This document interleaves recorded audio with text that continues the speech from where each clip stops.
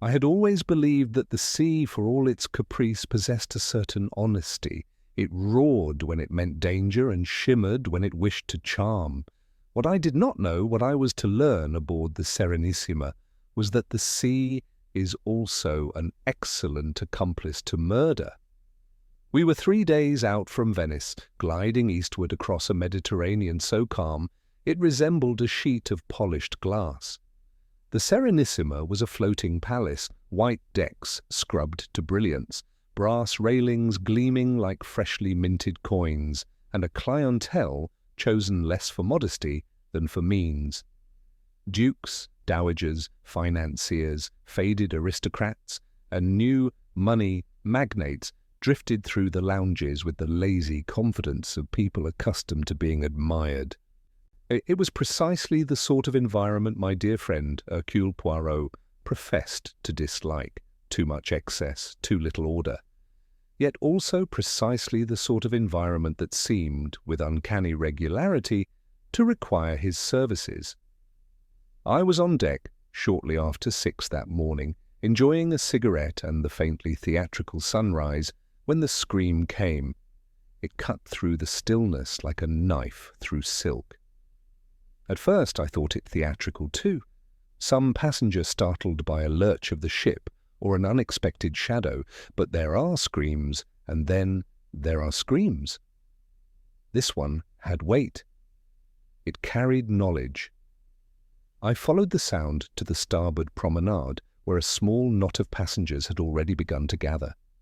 At the centre of them stood Miss Celeste Marrodine, a woman whose nerves were as fragile as her fortune was vast, and she was pointing, one gloved hand rigid, trembling violently, toward a deck chair placed deliberately, almost ceremoniously, beside the railing. In that chair sat, or rather lay, the body of Sir Lionel Davenport. He was dressed for the evening before, dinner jacket immaculate, black bow tie still perfectly knotted, silver cufflinks glinting in the early light. His posture suggested sleep, head tilted slightly to one side, hands folded loosely in his lap. It was only the unnatural stillness of him, and the faint, bluish tinge already creeping into his skin, that betrayed the truth. Sir Lionel Davenport, shipping magnate, philanthropist, and tyrant of the boardroom, was very much dead. A ship's officer arrived moments later, his face a careful mask of professional alarm. He ordered the area cleared and dispatched a steward at a run. Another passenger murmured something about a heart attack. A third crossed herself. Poirot, who had joined me silently at my side, made a small, disapproving sound in his throat. "Mon ami," he said softly, "one does not die of the heart in such symmetry." He stepped forward before anyone could stop him, and surveyed the body with the air of a man appraising a poorly arranged drawing-room. "No sign of struggle?" I ventured, lowering my voice. "And look, no blood." Poirot shook his head.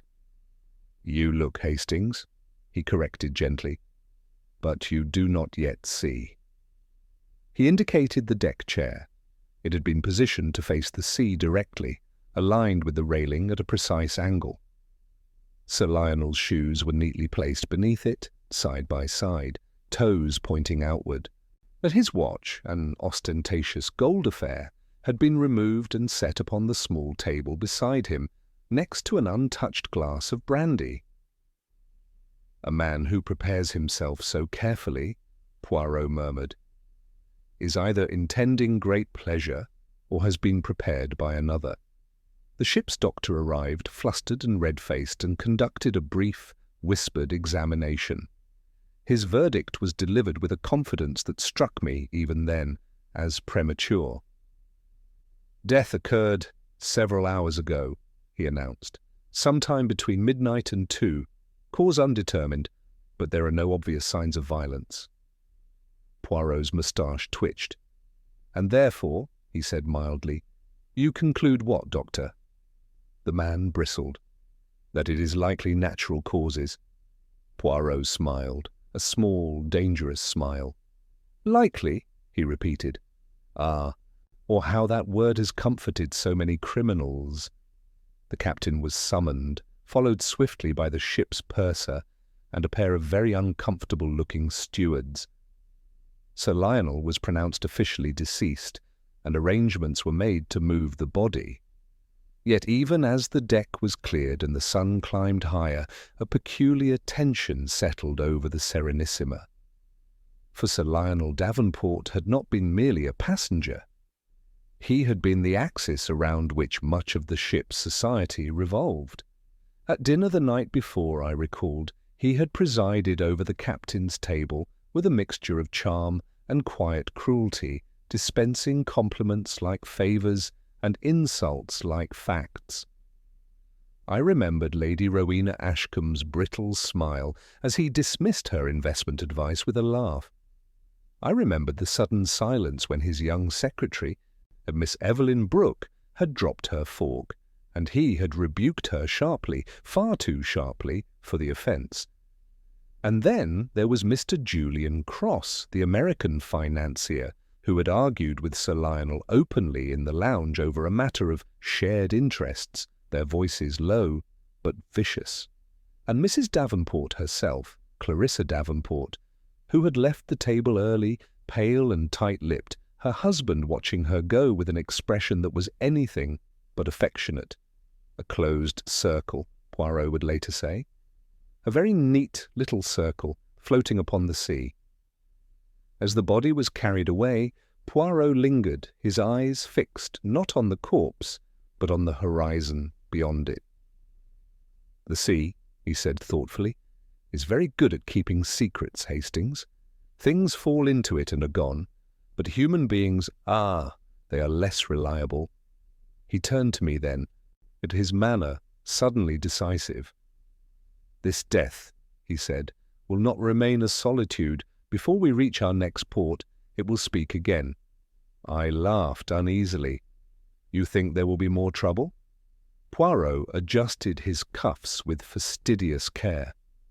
"I think," he replied, "that Sir Lionel Davenport did not come alone to that deck chair, and I think that whoever joined him believed the sea would be enough to erase the truth." He paused, eyes glittering. "They have forgotten," he added softly, "the little grey cells." And with that, my friend Hercule Poirot walked back into the ship, leaving behind the tranquil morning, the silent sea, and the first lie of what would become a most intricate affair. By the time we returned to our cabin, when the corridors of the Serenissima had acquired that curious hush which follows a catastrophe in a crowded place, doors half closed, voices lowered, footsteps cautious, as though sound itself might provoke another disaster. Poirot, however, moved with his usual certainty. He had taken no breakfast. Indeed, he declared the ship's coffee an insult to civilization, and yet his mind seemed fed by the smallest details. The captain sent for him at once. We found Captain Rinaldi in his office, a compact man with immaculate hair and a moustache almost as proud as Poirot's. Beside him stood the ship's purser, Mr. Doxey, and the doctor, still flushed with the importance of his own conclusions. "Monsieur Poirot," the captain began, spreading his hands, "it is an honour, though I wish the circumstances were different. You were present when Sir Lionel was discovered?" "By chance," said Poirot, "but not, I think, by accident." The doctor frowned. "Captain, we must be practical. There is no evidence of foul play." "And therefore," murmured Poirot, "it is convenient that he should die like a well-behaved child. Convenience is not truth." Captain Rinaldi cleared his throat. "We are at sea. The nearest port is Corfu tomorrow afternoon. Until then, we must maintain order. If you believe there is crime, we must proceed quietly."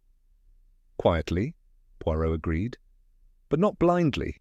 Tell me, who knew where Sir Lionel would be last night?" The purser answered, eager. "Many, monsieur. Sir Lionel entertained in the Palm Court after dinner. A small party, cards, brandy, cigars. He left around midnight, I think." Poirot's eyes narrowed. You think? The stewards report it, Doxy insisted. Ah, the stewards! Poirot's tone suggested that stewards gave facts, not judgments. We shall speak with them, and with the guests. The captain hesitated. We have asked passengers to remain available. There is concern. Mrs. Davenport is distraught. Distress, said Poirot softly, is sometimes grief, sometimes fear, sometimes performance. I shall begin with her. He rose, smoothing his sleeve, and the interview was arranged in the Davenport suite, all pale wood, cream upholstery, and the faint perfume of money. Clarissa Davenport received us with the rigid posture of a woman determined not to collapse in front of witnesses. She wore black silk as if mourning had been chosen instantly like a costume. She looked at Poirot without blinking. So you are the famous detective? Lionel used to mock detectives. He said they found what was already obvious. Poirot bowed. Madame, I find often what is not obvious. Your husband left the dining room early last night, yes? He left, not me. Lionel hated scenes. He preferred to deliver his cruelties in private. That makes enemies, I said, and at once regretted it. Her gaze struck like ice. Poirot only nodded. Did Sir Lionel threaten anyone on this voyage? She gave a short laugh. He threatened people the way other men breathe. Did he threaten you? A silence, thick as velvet. Then, very steadily, he told me I would be poor if I disobeyed him. And did you disobey? Her lips parted, then closed again. No. Poirot's eyes flicked to a small silver travel clock. At what time did you last see him alive, madam? At 11:30. He came in, took a brandy. Ian said he would not sleep. He was restless. He left again. Alone? So he said.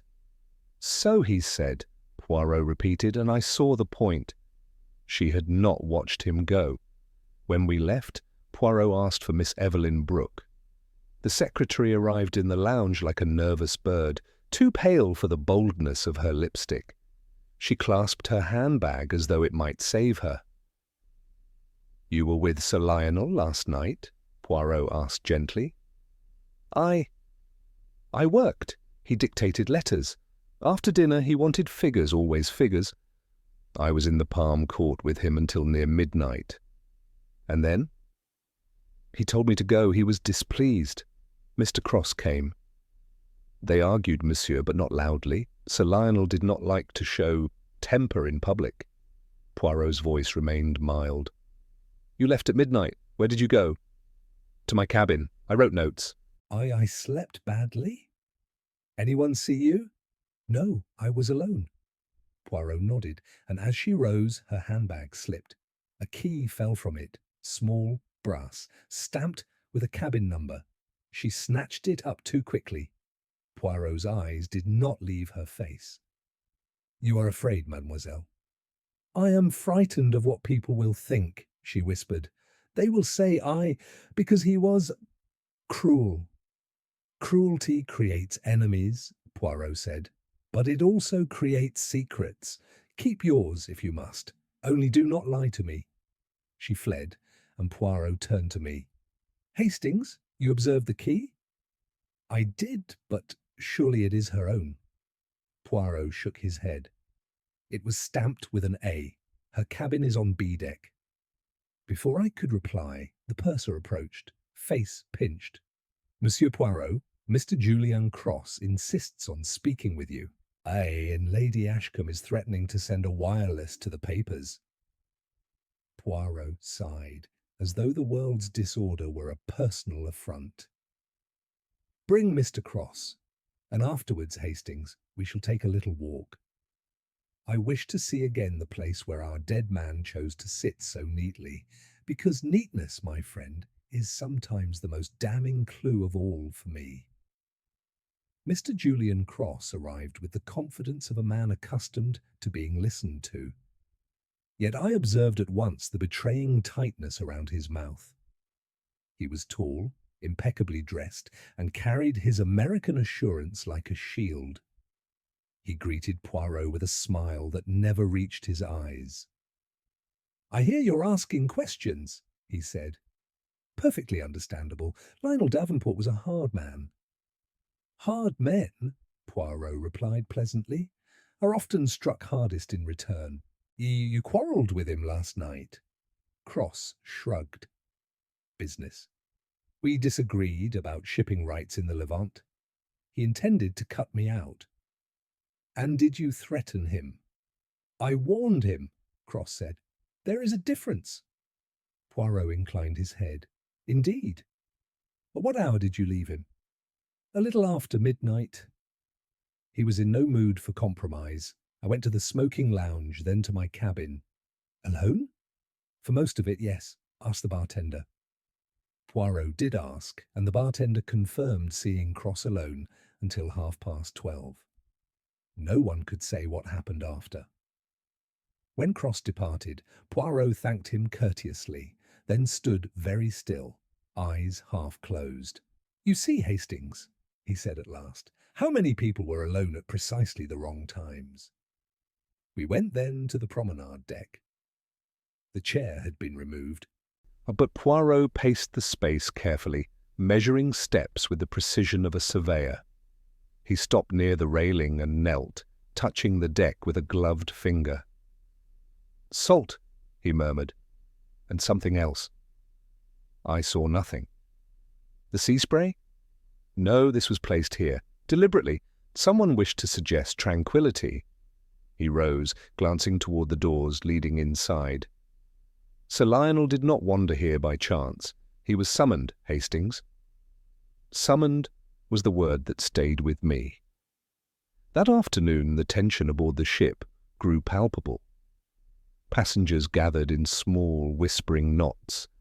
Lady Ashcombe glided about like a wasp denied its sting. At luncheon she announced loudly that the matter was being mishandled.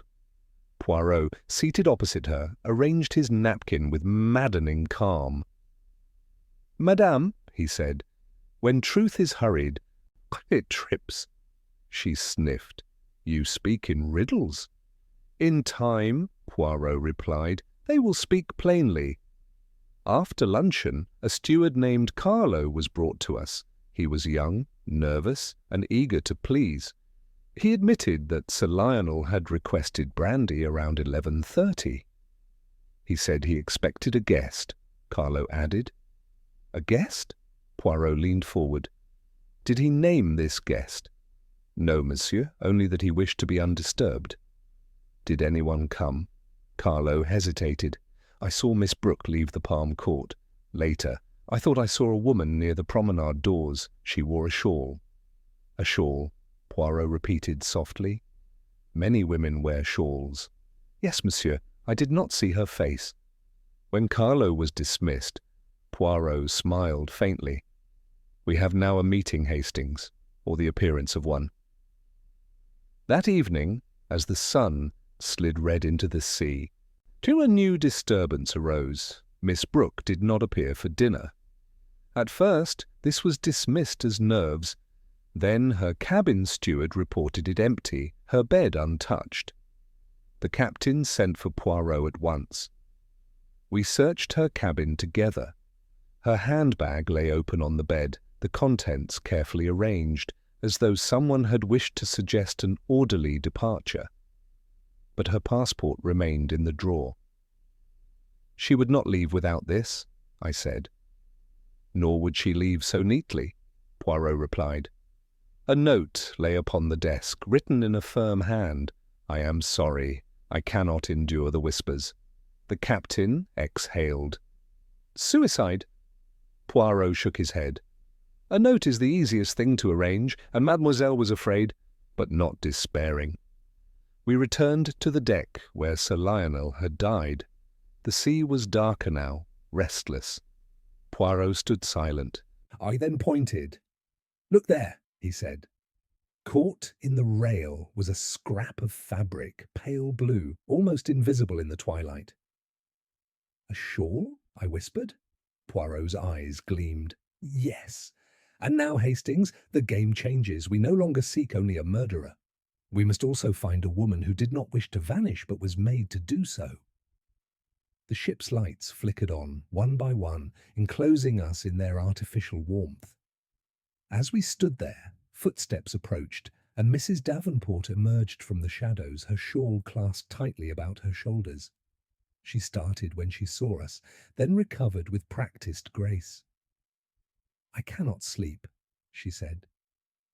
"This ship feels crowded with ghosts." Poirot bowed, courteous, yet I sensed his attention sharpen. He spoke of the sea, of restless nights, of how fear can persuade the innocent to imagine danger everywhere. She listened intently, her fingers worrying the fringe of her wrap until one loose thread fluttered free in the breeze. Poirot watched it dance, then looked back at the railing, at the faint mark where the fabric had caught. "Madame," he said gently, "when one walks in the dark, one leaves traces without knowing."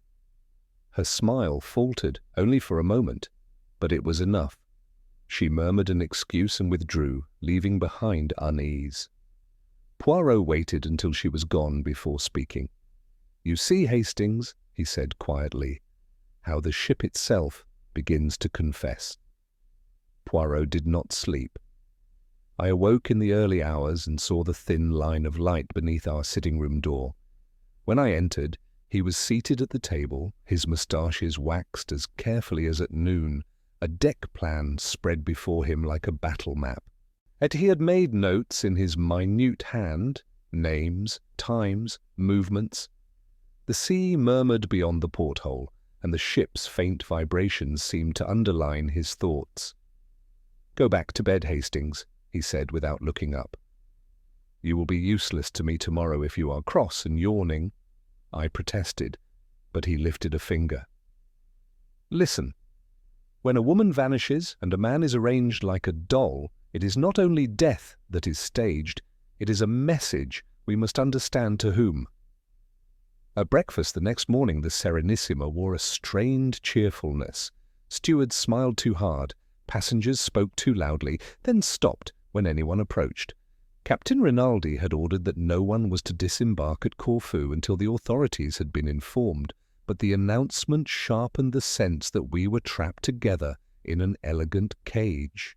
Poirot requested that all who had been in the Palm Court after dinner be available to speak with him. The captain complied, though I could see his irritation. He wanted calm, not questions.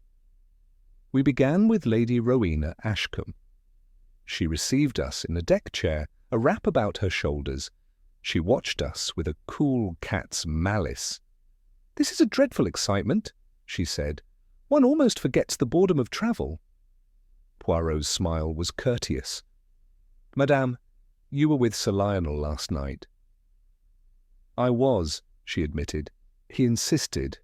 He said I was the only person on the ship who amused him." "And did he amuse you?" Her lips tightened. "He had the habit of thinking every woman wished to marry him, even those who had already done so." "Did you leave him at midnight also?" "I left earlier," she said. "At 11:45. I had a headache. The smoke was intolerable." "Who remained when you left?" "Mr. Cross, the little secretary girl, 2 dull bankers, and that ridiculous American widow, Miss Marrowdean, and of course Sir Lionel." "Did you see Mrs. Davenport?" Lady Ashcombe's laugh was sharp. "Clarissa? She would not show herself. She despised being paraded." Poirot thanked her, and we moved to Miss Celeste Marrowden.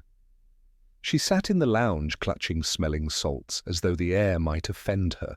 She was delighted to be important. "I told them," she began at once. "I told Captain Rinaldi this ship is not safe at all. There are eyes everywhere." Poirot's tone was soothing. "Yes, mademoiselle. Tell me what you saw after midnight." "I did not stay," she said quickly. "Sir Lionel was—" He stared at me. It made me uncomfortable. "I left at 12 precisely." Did anyone accompany you?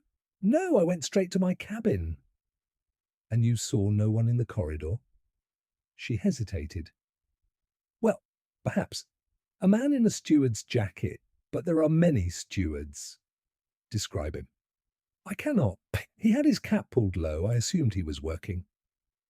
Poirot's eyes rested on her a moment too long. You assumed, and later in the night, did you leave your cabin? Her cheeks flushed. Of course not. Poirot merely nodded, as if he had learned precisely what he wished. After that we spoke with the two bankers, who had drunk too much port and remembered too little. Both confirmed the argument between Cross and Davenport. Both insisted the secretary had left before them. Their testimony, like their faces, blurred into sameness. Then we speak again with Mrs. Davenport, Poirot murmured as we walked. But not yet. First, Hastings, we shall visit a place many people forget, the laundry room. I stared. The laundry? On a ship, he said. The laundry is where one hides the small traces of the night. Down below, in the warm world of steam and soap, the head laundress, a formidable Greek woman, received Poirot with suspicion that turned to awe when the captain's note was produced. Poirot asked for the night's linens from B deck and A deck. They were brought in baskets, sorted, tagged. It seemed an absurd exercise until Poirot lifted one pillowcase delicately and held it to the light. There was a faint, brownish smear near the seam. Tea? I said. Poirot shook his head. Not tea, brandy perhaps, and something bitter. And look, this is torn. I peered. A thread had been pulled, a small triangle missing. The same as the shawl, I murmured. Poirot's eyes glittered. Exactly. Someone came to Sir Lionel's cabin, Hastings, someone wearing that blue wrap, and later someone tried to wash away what happened. We were still in the laundry when a commotion rose in the corridor outside. Hurried steps, a steward's voice raised in alarm. Captain Rinaldi burst in, his control slipping at last. Monsieur Poirot, he said, we have found her. Miss Brooke? I cried. The captain's face was grim. Not alive. She is in the forward storage hold, behind the spare life belts, and there is water everywhere, as if someone tried to rinse the floor. Poirot closed his eyes for a brief second, as though confirming an internal calculation. When he opened them, his voice was quiet. Then the sea has not taken her, he said, or someone on this ship has. Captain Rinaldi led us forward through passages that smelled of paint and salt, down stairwells where the gaiety of the upper decks thinned into the working pulse of the ship. Two crewmen stood guard at the storage hold, their faces strained with the wish to be anywhere else. Inside, the air was colder. Crates and stacked lifebelts made a narrow canyon of shadows. A single electric lamp swung slightly, throwing light in nervous arcs. On the deck, half hidden behind canvas, lay Miss Evelyn Brooke. She had been laid on her side, as though someone had tried to make her look merely asleep. But sleep does not leave the lips so pale, nor the throat marked with that faint, bruised crescent. Her hair was damp, clinging to her cheek. A thin film of water spread beneath her, when the boards around her were scrubbed to an almost raw cleanliness. The ship's doctor knelt at once, muttering and prodding, then straightened with a grim shake of his head.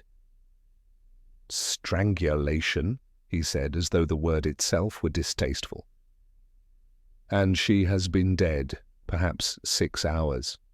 Poirot's gaze travelled over the scene, the lifebelts, the wetboards, the lamp, the narrowness of the space.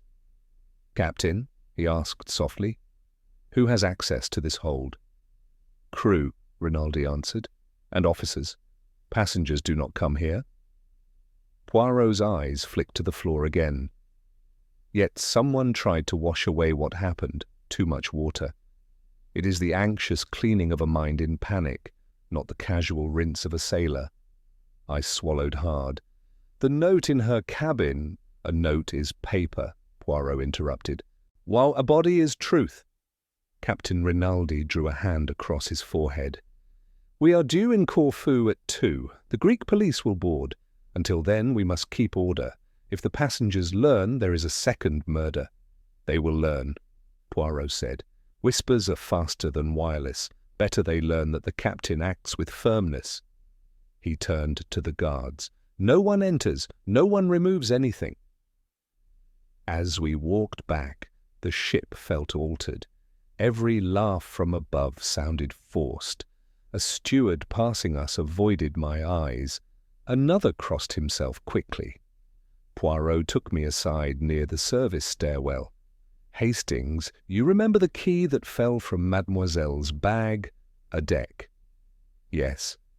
Then her secret was not merely fear of gossip. She possessed access to a cabin that was not hers. You think she was meeting someone? I think she was made to meet someone, Poirot said. And when she threatened to speak, when she realized too much, she was silenced. We went at once to A deck, to the row of cabins that faced the sea like private boxes in a theatre. Poirot stood listening, head slightly inclined, as though the wood could confess. Then he tapped, precisely twice. After a moment, the door opened. Mrs. Davenport stood there, composed in a travelling suit, her hair pinned neatly, her eyes dry. Behind her the cabin was immaculate, prepared for inspection. Monsieur Poirot, she said, this is becoming intolerable. Am I to be questioned every hour? Poirot bowed. Forgive me, madame, we have found Miss Brooke. For the first time her composure cracked. Her fingers tightened on the door frame. Found her? In the hold, Poirot said gently. Dead. A silence fell. Then very softly Clarissa Davenport said, How dreadful. Poirot stepped forward, his voice courteous, almost sympathetic. Madame, last night you could not sleep. You walked on the promenade in your blue shawl. Yes, she said. I told you. I was restless. And did you go to your husband's cabin? Her eyes lifted to his, steady now. No. Poirot nodded as if accepting it. Then, with the delicacy of a man rearranging flowers, he shifted the conversation. You have known Sir Lionel for many years. He was a man who controlled everything. He controlled me, she said flatly. And lately, Poirot continued, he threatened to change his will. Her breath caught, just a fraction, but enough. He said many things. Did he say he would leave you nothing? Poirot asked. She laughed, sharp and humourless. You imagine me as some melodramatic wife? I have my own money. Not if Sir Lionel froze your accounts, Poirot said, still mild. Not if he held papers that could ruin you. Her face went very still. What papers? Poirot spread his hands. Ah, madame, you asked too quickly. It is not I who possessed them, it was Sir Lionel. She stared at him, and in that stare I felt a desperate calculation. Then she said, This is obscene. You insult my husband's memory. Poirot's eyes softened. Memory is for the living. For the dead, there is only fact. He glanced past her into the cabin. On the small desk lay a blotter, a fountain pen, and beside them a scrap of pale blue thread. Poirot's gaze returned to her face. "Oh, no, madame," he said quietly. "Your shawl is missing a piece." For an instant she looked as if she might strike him. Then her shoulders sagged, and she stepped back, allowing us into the cabin with the slow resignation of someone who realizes the room has no hidden door. "You are very clever," she whispered, "but cleverness does not tell you who killed him." "No," Poirot agreed, "but it tells me who is afraid. Fear, Hastings, is the compass by which I steer to truth." Clarissa Davenport did not sit at once. She walked to the porthole, pressed her forehead briefly against the glass, and then turned, as though she had chosen a mask and would wear it until the end. "You think I lured Lionel to the promenade," she said. "You think I sat him in that chair and watched him die." "I think," Poirot replied, "that you went to his cabin in the night, and that Miss Brooke also possessed the means to enter this cabin. 2 women, 1 key, 1 thread of shawl. That is already a little drama, madam." Her laugh was bitter. "It was blackmail." Poirot's eyes narrowed. "Ah!" Clarissa drew a breath. Lionel collected secrets, letters, receipts, photographs, anything that made people obedient. He called it insurance. Poirot's voice remained soft. "Tell me of Miss Brooke." Clarissa hesitated, then spoke quickly. Evelyn was not merely a secretary. She filed the documents, typed the threats, arranged meetings. But she was young. She thought she could bargain with him. "Bargain for what?" Poirot asked. "For her own future," Clarissa said. He promised to reward her. Then he tired of her usefulness and began to humiliate her. Last night, after dinner, I heard him tell her she would leave the company with nothing. Poirot watched her. "And what did you do?" "What could I do?" Clarissa's hands clenched.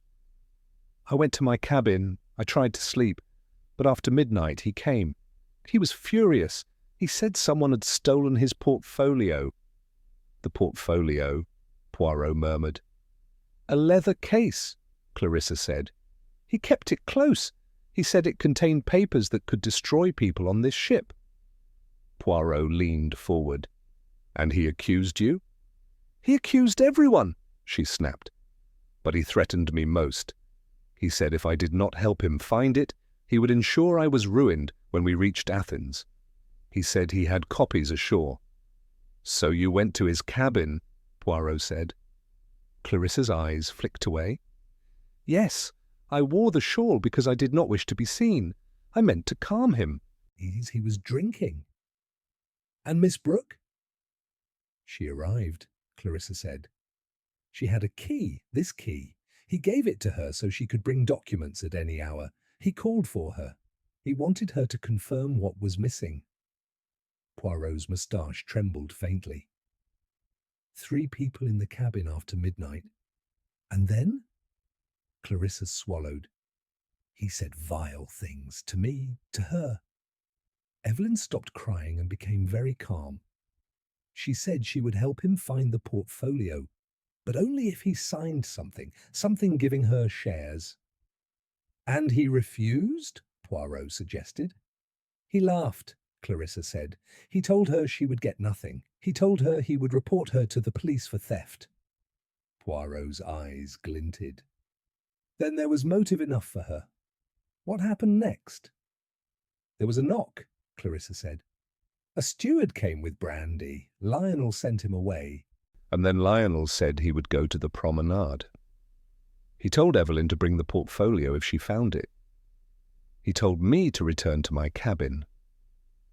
"And you obeyed?" Poirot asked. "I left," she said, almost inaudible. "I was frightened of him." Poirot asked abruptly. "When you left, did you see anyone in the corridor?" Clarissa frowned. "No, only the steward's trolley at the far end. And—" She stopped. "And a smell," she said slowly. "A bitter smell like almonds. I thought it came from the cleaning cupboard." Poirot's eyes flashed to mine. "Bitter almonds, Hastings?" I felt a chill. "Poison?" Poirot lifted a hand. "Perhaps, or perhaps a clue someone wished you to believe." He turned back. "Madame, you have not told me why your shawl tore." Clarissa stared. "When I was on the promenade, the railing caught it." "Yes," Poirot said gently. "But why were you on the promenade at all if you had returned to your cabin after leaving your husband?" Her face drained of colour. Then, in a voice scraped raw, she whispered, "Because I could not bear it. I went back. I thought if he died, I would be free. I stood in the dark and watched. I saw him in the chair. I saw someone approach him. Poirot's voice was very quiet. You saw a person? A man, she said, in a steward's jacket. He bent toward Lionel as if speaking softly. Lionel did not move. Then the man walked away. Clarissa's eyes glittered with shame. I was frozen, and then I heard footsteps and fled. That is when the shawl caught. Poirot nodded. A man in a steward's jacket. Miss Marrodine also saw such a man. A sharp rap came at the door. The purser entered, pale. Monsieur Poirot, the Greek police have signalled. They will board in 20 minutes, and Mr. Cross is demanding his cabin safe be opened. He says valuables have gone missing. Poirot's eyes became suddenly bright. Missing valuables, he murmured. And a missing portfolio, yes. The net tightens, Hastings. He rose, smoothing his tie. Madame Davenport, you will remain available. Do not speak of what you saw to anyone else. Not yet. Clarissa sank into a chair as though her strength had been cut. As we stepped into the corridor, Poirot leaned toward me. Now we go to Mr. Cross, he said, and we look not for what is missing, but for what has been replaced. We found Julian Cross in his cabin, jacket off, sleeves rolled with indignation. The purser hovered, and 2 security men stood by the door. Cross slapped the little wall, safe. It was in there, he said. A wallet, cash, a ruby pin. I don't care about the money, but that pin is insured. Poirot bowed. And you noticed this loss when? 10 minutes ago, Cross snapped. After the captain announced police were coming aboard, I went to check my papers. The safe was open. Open, Poirot repeated. You did not open it? Cross's jaw tightened. I set the combination myself. No one else knows it. Yet it was open, Poirot said. May I see? Cross hesitated, then stepped aside. Poirot examined the safe without touching it, peering as though reading a tiny book. He asked for a pencil, and with its tip indicated the dial. A scratch, he murmured. Here, and here. Someone has worked the lock. That proves my point, Cross said. Thief on board. It proves only that someone wished you to think of a thief, Poirot replied. He glanced around. The cabin was tidy. Our glass on the dresser held the remains of whiskey. Beside it lay a folded handkerchief with a faint brown stain. Poirot lifted his eyes. You were in the smoking lounge until 12:30, he said. Yes, ask the bartender. And after? I went to bed, Cross said. I slept. Poirot's voice stayed mild. You slept while a man was arranged on the promenade and a woman was strangled in the hold? Cross reddened. Don't be theatrical. Poirot moved to the dresser. This handkerchief, may I? Without waiting, he sniffed lightly, then set it down.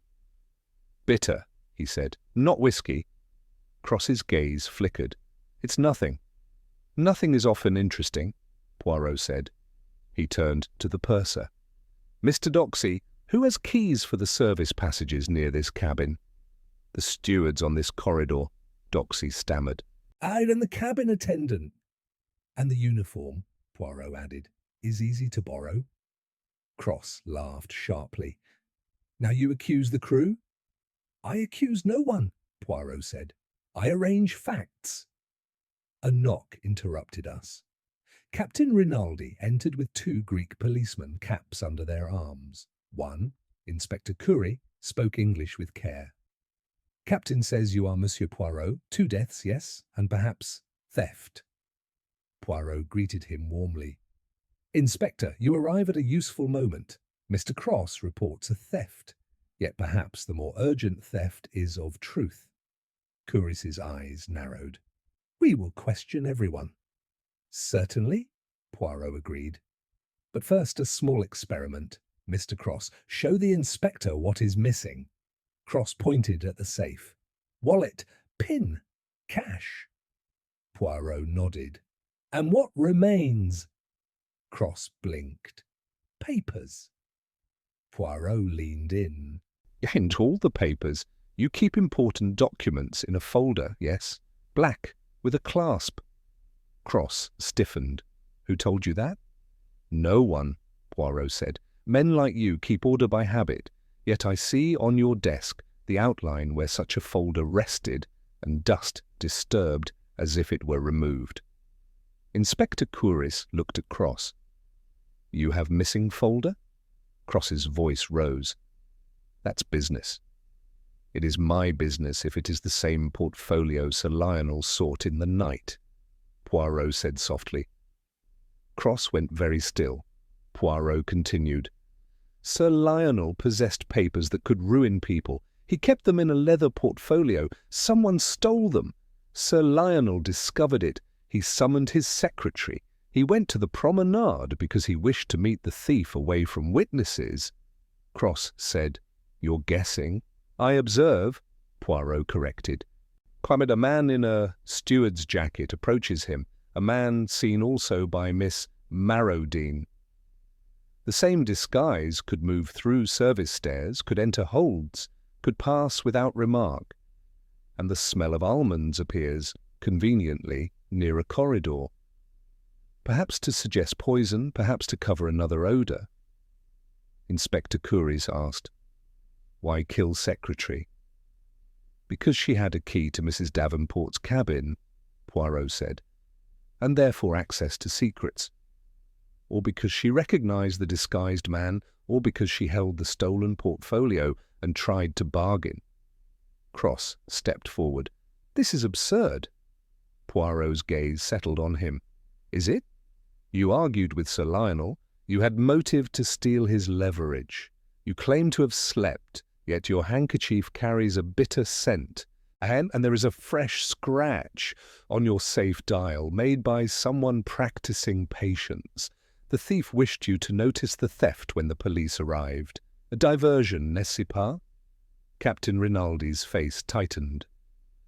Monsieur Poirot? Poirot lifted a hand. One more thing, Inspector. We must search the uniforms, especially those laundered this morning. A steward's jacket can hide much. A folder slipped inside, a key copied, a thread of blue caught at a cuff. Inspector Couris nodded once. We search, and Mr. Cross, you stay. Cross's eyes flashed with anger and fear. As the officers moved, Poirot touched my sleeve. Now, Hastings, he murmured, we watch who panics when the net is drawn. Panic, like perfume, spreads. Outside, the passageway had filled, with curious faces trying to look casual. A steward backed away too quickly, but nearly colliding with a chambermaid whose basket of folded linen shook in her hands. Poirot's eyes followed the tremor, then the exchange of glances between the two. He said nothing, but I felt the air tighten, as if the ship held its breath for the next question. Inspector Couris moved with brisk authority, and the ship's polished corridors suddenly felt like the hallways of a courthouse. Stewards were halted, pockets turned out, lockers opened.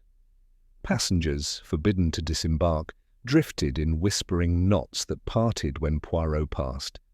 He seemed almost serene, as if the tightening of suspicion pleased his sense of order. He led me back toward the service stairwell where I had seen the chambermaid's basket tremble. The girl, Nina according to her badge, stood near the linen room, cheeks blotched, eyes wide. And beside her hovered a wiry steward with a sharp nose. His name tag read Petros.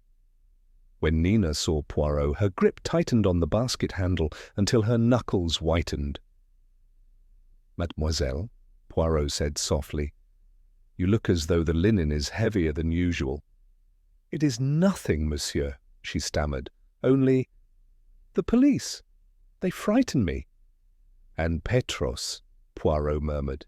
He frightens you too? Petros bristled.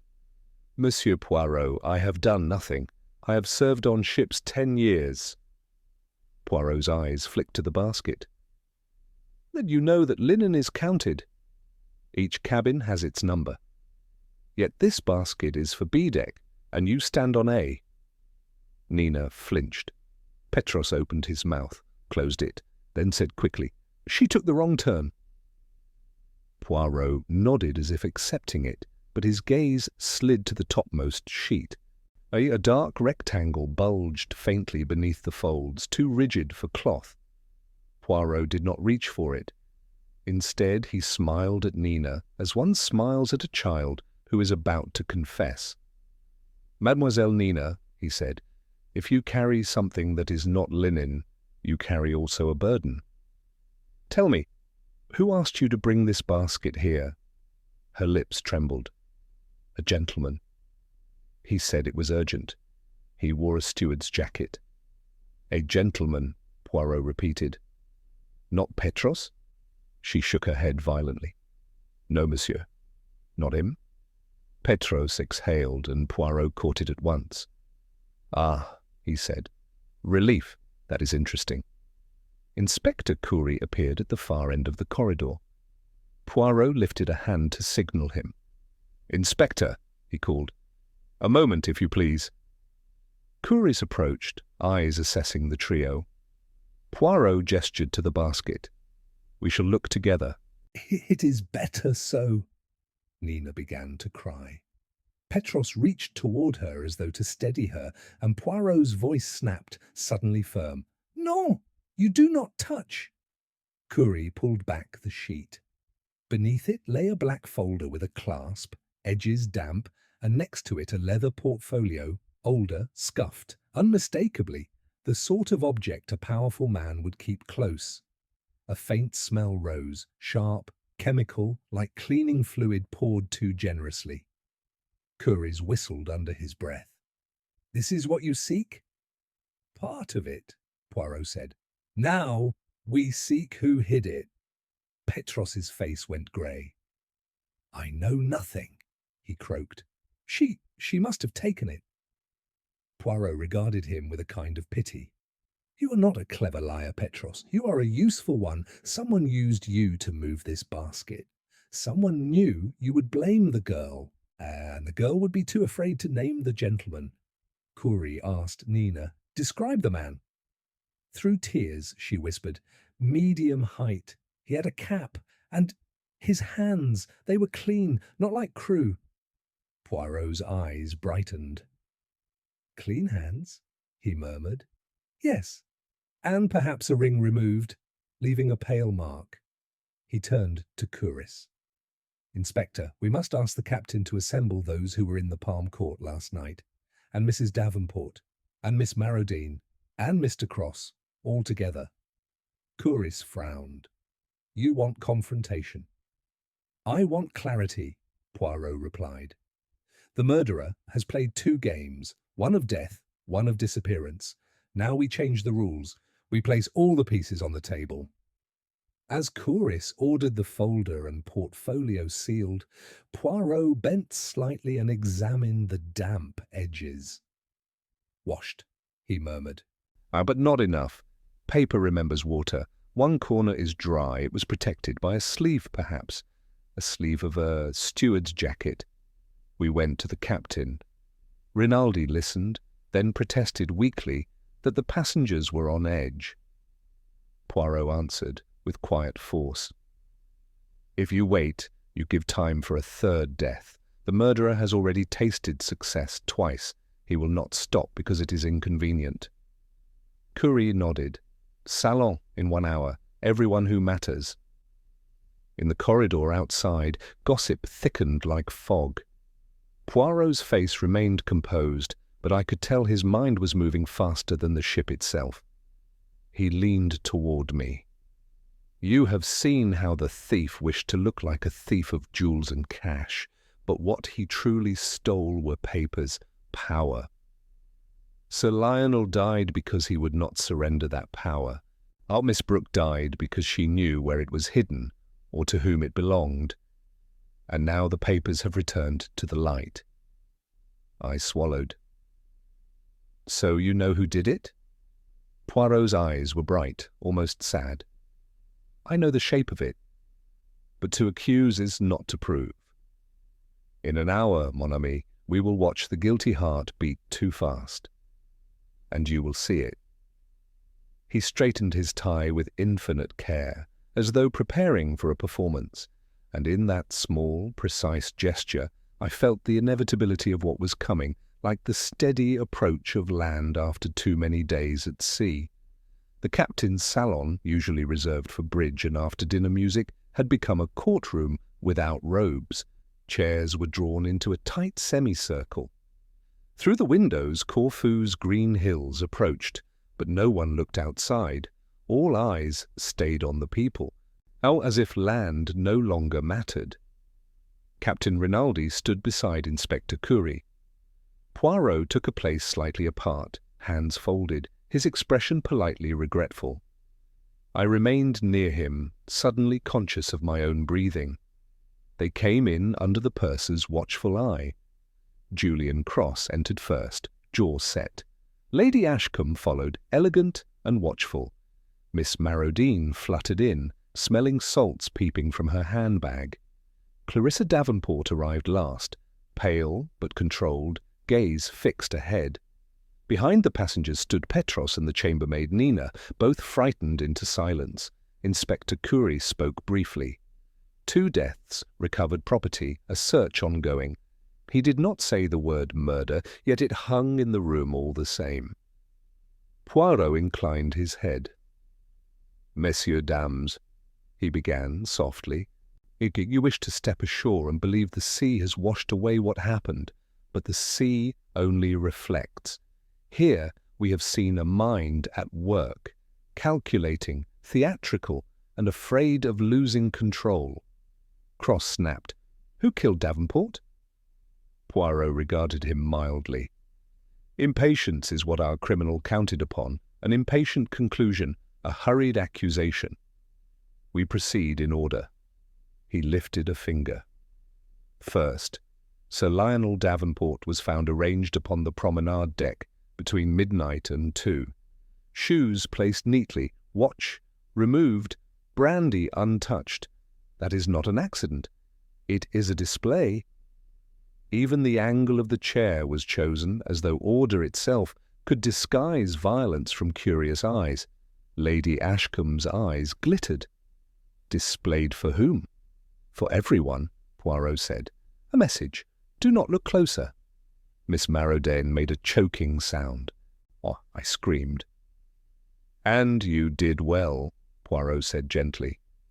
Your scream called attention before the murderer could arrange more. He gestured to the sideboard where Inspector Curry had placed the sealed leather portfolio and the black folder. Poirot did not touch them. Second, there was theft.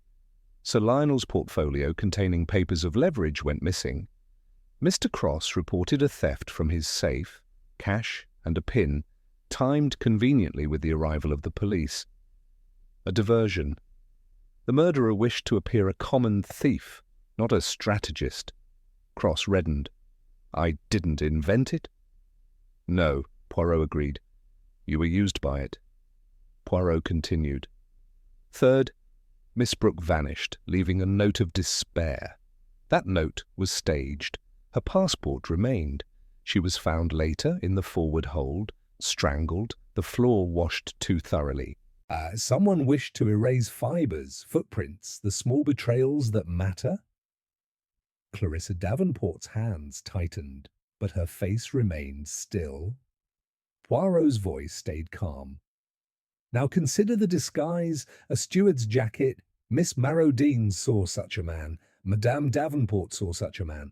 Nina was approached by such a man, one with clean hands, not the hands of a sailor, a uniform borrowed, a cap pulled low, and one may walk anywhere on a ship.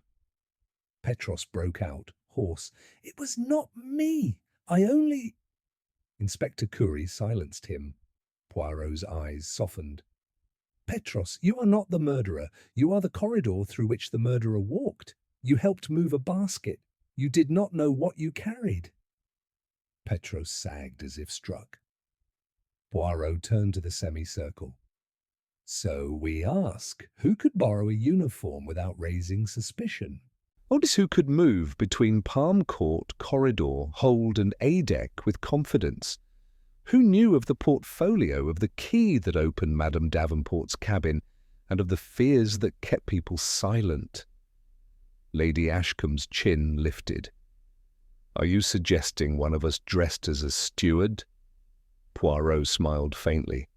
On a ship, what is at hand is service. He let the silence stretch until the engine's hum sounded like a heartbeat. Poirot's eyes moved from face to face with the patience of a man reading a difficult page. We examine the timeline, he said. After dinner, Sir Lionel entertained in the Palm Court. Miss Brooke worked for him. Mr. Cross argued with him. Lady Ashcombe left at 11:45. Miss Marrowdean left at midnight. Shortly after, Sir Lionel expected a guest. Carlo brought brandy. Then Sir Lionel went to the promenade, summoned. He did not wander. He looked toward Clarissa Davenport. Madame, you went to his cabin. You saw Miss Brooke there. You heard Sir Lionel speak of the missing portfolio. You later saw a man in a steward's jacket approach him on the promenade. Clarissa's voice was low. Yes. Poirot nodded. That man was not bringing comfort. He was bringing certainty. Cross leaned forward, eyes bright. So name him. In a moment, Poirot said.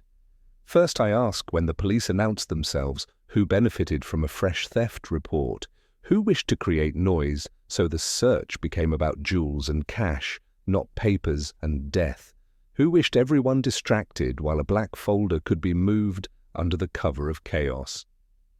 Miss Marrowdean trembled. Lady Ashcombe's composure thinned. Even Clarissa's gaze flickered. Poirot folded his hands. Now, he said quietly, I will tell you what the murderer did not foresee. Paper carries its history. The portfolio was washed. The floor was washed. But the little grey cells notice what water cannot remove. The truth is here, in this room, and it will step forward when I ask the final question. Poirot's gaze rested on the sealed portfolio as though it were a living thing. Inspector, he said, open it, but remove nothing yet. Let us see what Sir Lionel valued enough to die for. Inspector Curry broke the seal and unfastened the clasp. Inside were letters, contracts and photographs under wax tissue. A faint chemical smell rose from the leather, like the ghost of hurried cleaning. Poirot nodded. Merci. Now you will recall the small things, the blue thread caught on the rail, the torn linen in the laundry, make the matching scrap on Madame Davenport's desk. Not romance, evidence. The murderer brushed against truth and left fibres behind.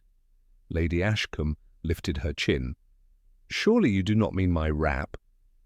Your wraps are too expensive to tear so cheaply, Poirot said, and your vanity would not permit the same shawl twice. No, the blue belonged to Madame Davenport, and she has told us she stood in the dark and watched a man in a steward's jacket approach her husband. Clarissa's face tightened, but she did not deny it. Poirot turned to Miss Marrowdean. Mademoiselle, you too saw a steward, cap low, face hidden. You could not describe him, but Nina described his hands. Clean hands, not the hands that scrub decks. Julian Cross gave a short laugh. This is becoming poetry. It becomes justice, Poirot replied. Mr. Cross, when I examined your handkerchief, I smelled bitterness, not whiskey. A man uses such a scent to cover another, something sharper, something that clings to cloth. Cross's eyes flashed. So now it is poison? A murder without blood often asks for a small helper, Poirot said. But the method is less important than the mind. Sir Lionel's shoes were placed neatly. His watch was removed. He sat as if arranged. A tyrant does not arrange himself for obedience. He is arranged by someone who needs him to appear peaceful. Clarissa whispered. He never obeyed. Just so, said Poirot. To force him into stillness, one must hold his fear in the hand. Poirot produced the brass key. This key fell from Miss Brooke's bag. It opened Madame Davenport's cabin. Sir Lionel gave it to her because she handled his secrets. Last night she tried to bargain for her future. She threatened to take the portfolio. Miss Marauden dabbed her eyes. Poor girl. Poirot's expression softened for an instant. Yes, poor girl. She believed she negotiated with one man. She did not see the second man watching from behind the mask of service. Lady Ashcombe's eyes narrowed. Second man? A man who argued with Sir Lionel, Poirot said quietly, then vanished into corridors where uniforms can be borrowed and caps can hide a face. A man whose reputation depended on those papers remaining locked. Cross surged to his feet. Say it. Poirot met his stare. You stole the portfolio first, Mr. Cross, not to sell, but to recover what ruined you, proof of bribery in Piraeus. Sir Lionel kept it to control you when you stole it.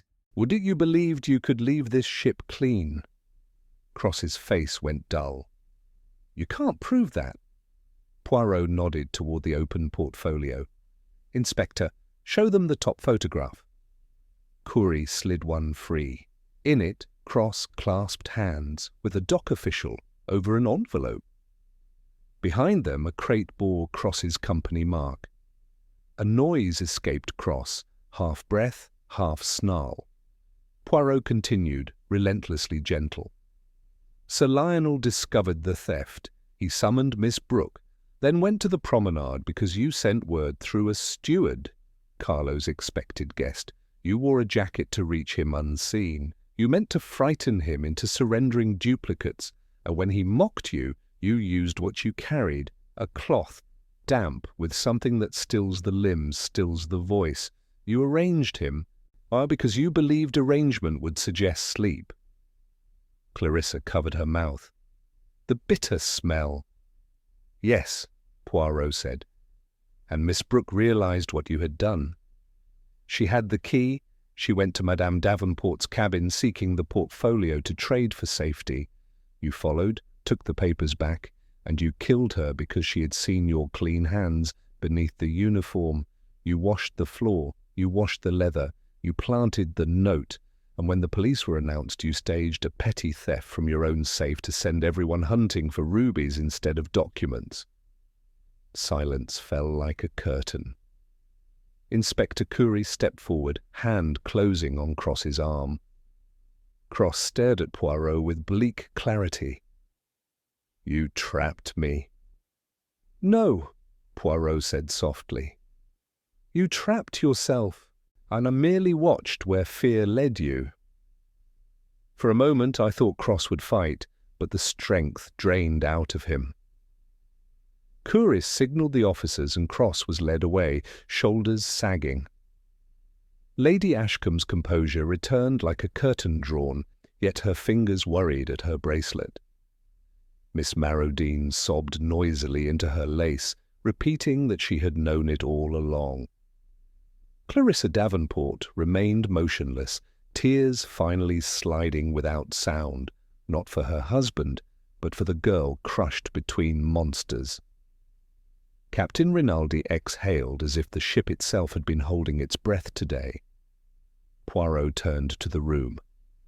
Captain, now you may let your passengers go ashore, but remember, on a ship, as in life, the most polished surfaces hide the deepest stains. And it is always the man who believes himself untouchable who leaves the loudest footprints upon the soul.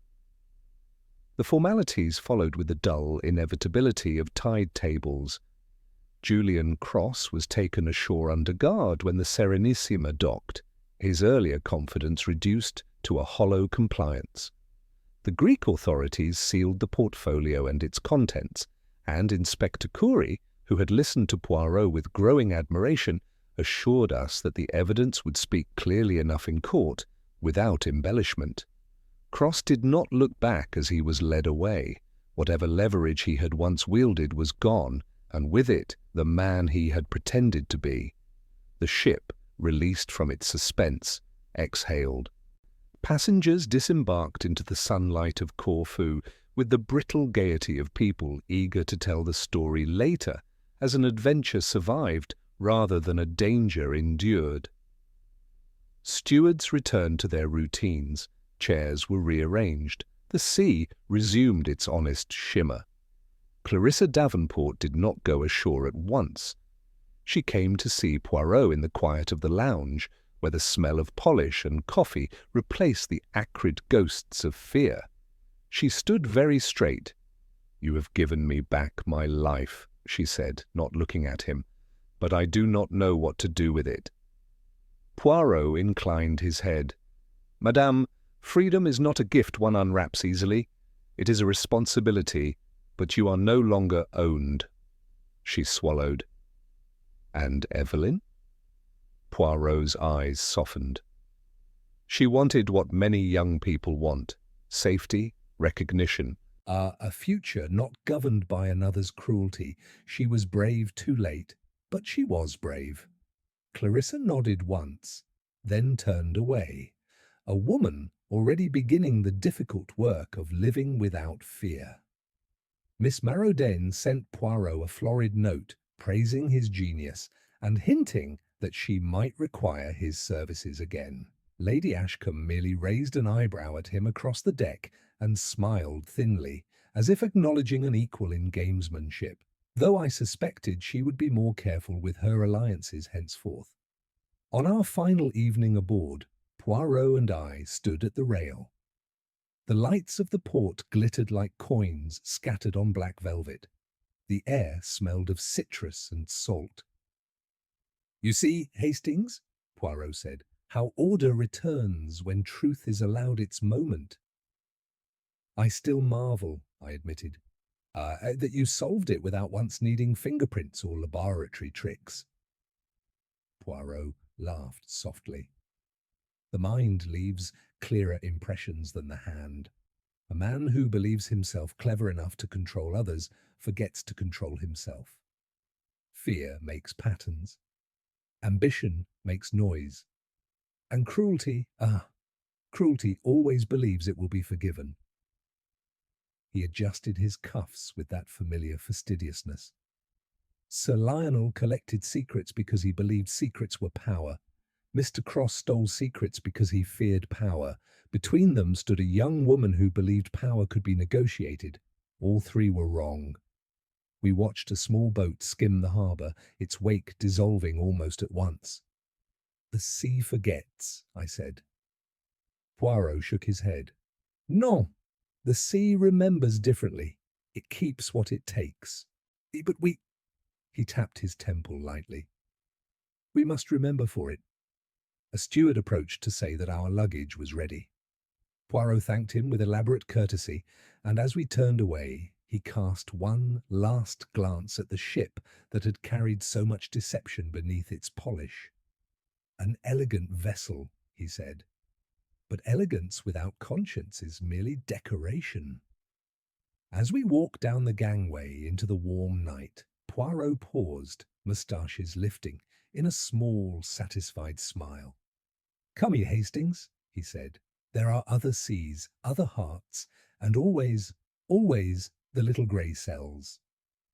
And with that, the Serenissima slipped back into memory, leaving behind not the scandal its passengers would recount, but the quieter truth of how carefully arranged lies will always betray the hand that sets them in place.